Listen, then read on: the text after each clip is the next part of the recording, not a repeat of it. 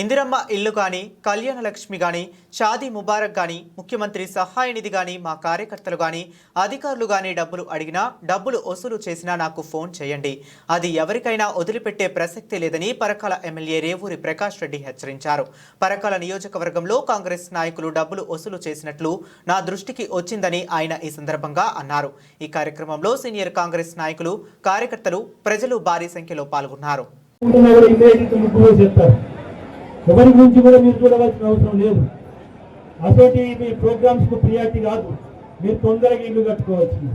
అందులోంచి ఇప్పుడే కలెక్టర్ గారికి చెప్పా, ఇంకో 500 ఇల్లు ఇస్తా, ఎవరైతే ఇల్లు కట్టుకోరో దాంట్లోకి వెళ్ళిపోతాడు. మళ్ళీ నన్ను అది కూడా మీరు వచ్చి అడిగినా లాభం లేదు. 15 రోజులలో ముగ్గు పోసుకొని ఇట్లా మీరు ప్రారంభించకుంటే నేను ఇచ్చే ఇంకో 500 ఎక్కిస్తా.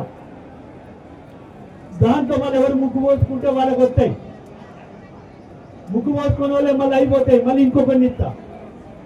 కానీ ఎక్కి తిరిగిపోయి ఈ 3500 ఇళ్ళు మాత్రం మన నియోజకవర్గంలో నెల 2 నెలల లోపల మొత్తం ఫౌండేషన్స్ ఇవ్వవలసింది. ఫౌండేషన్ వేసిందంటే ఎక్కడ తిరగవలసిన అవసరం లేదు. సాటిలైట్ పిక్చర్ బొమ్మ తీస్తుంది మీద నుండి, ఆకాశం నుండి తీసేసి మీకు లెవెల్ వచ్చిందంటే ₹1,00,000 మీ అకౌంట్లో పడతాయి.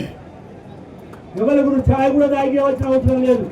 నేను ఇంకొక విజ్ఞప్తి చేస్తున్నా, కళ్యాణ లక్ష్మి కానీ, షాదీ ముబారక్ కానీ, అదేవిధంగా ఏదైతే ముఖ్యమంత్రి సహాయ నిధికి మా కార్యకర్తలందరికీ కూడా చెప్పాను, అధికారులు కూడా చెప్పాను, మీరు చాదాగిచ్చి పనిచేసి పెట్టాలి. ఎవరి దగ్గర వసూలు చేస్తే మాత్రం ఊరుకోరని చెప్పాను. 2 కేసులు కూడా నా దృష్టికి వచ్చినాయి. ఒకటి గీసుకొండలు వచ్చినాయి, ఒక 2 పెద్ద మనుషులు. మా బండల నాయకత్వానికి చెప్పిన వసూలు చేసి వాళ్ళకి ఇవ్వాలే, లేకుంటే మాత్రం ఈ ముగ్గురు భారత పడతానని చెప్పాను. నర్సంపేట టౌన్ లో కూడా ఒక మాజీ కౌన్సిలర్ ఉన్నారు వసూలు చేసులు, అది కూడా నా దృష్టికి వచ్చింది. కళ్యాణ లక్ష్మి విషయంలో వదిలిపెట్టా. అందునుంచి నా నంబర్ అందరి దగ్గర ఉన్నది. ఈ 3 కార్యక్రమాలలో మాత్రం ఇంద్రమ్మ ఇళ్లలో కూడా మీకు చాదాగిచ్చి పనిచేసి పెడతాం. ఎవరన్నా అధికారులు డబ్బులు అడిగినా, ఎవరన్నా కాంగ్రెస్ కార్యకర్తలు డబ్బులు అడిగినా దయచేసి నాకు ఫోన్ చేయండి. నేను అందుబాటులో లేకున్నా కూడా సంతోష్ నంబర్ ఉన్నది మీ దగ్గర, లేకుంటే మెసేజ్లో పెట్టండి. అదేవిధంగా అవసరం ఉంటే కలెక్టర్ గారు కూడా పెట్టండి. తప్పకుండా దీని మీద నిబద్ధతతో పనిచేస్తామని చెప్పి మీ ముందు, అందరి ముందు కూడా నేను వాగ్దానం చేస్తున్నా. నేను నర్సంపేట ఎమ్మెల్యే ఉన్నప్పుడు కూడా చేశాను. మేడపల్లి, రాంపూర్లో ఇట్లా చెప్తే మీరు తెలుసుకోవచ్చు. అక్కడ ఉన్న బంధువులతోటి మా కార్యకర్తల దగ్గర చెవులు బిండి వసూలు చేసి ఇప్పించా.